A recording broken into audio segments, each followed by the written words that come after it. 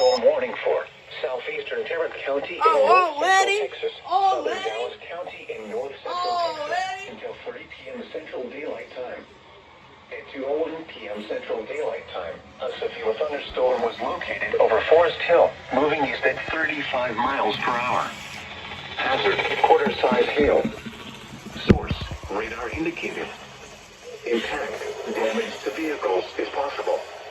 Locations impacted include Dallas, Fort Worth, Arlington, Grand Prairie, Mesquite, Mansfield, DeSoto, Cedar Hill, Duncanville, Burleson, Lancaster, Bulk Springs, Seagoville, Crowley, Forest Hill, Glen Heights, Kennedale, Everman, Hutchins, and Cockrell Hill. This includes the following highways: Interstate 35W between mile markers 38 and 49. Interstate 35E between mile markers 412 and 427. Interstate 20 between mile markers 436 and 480.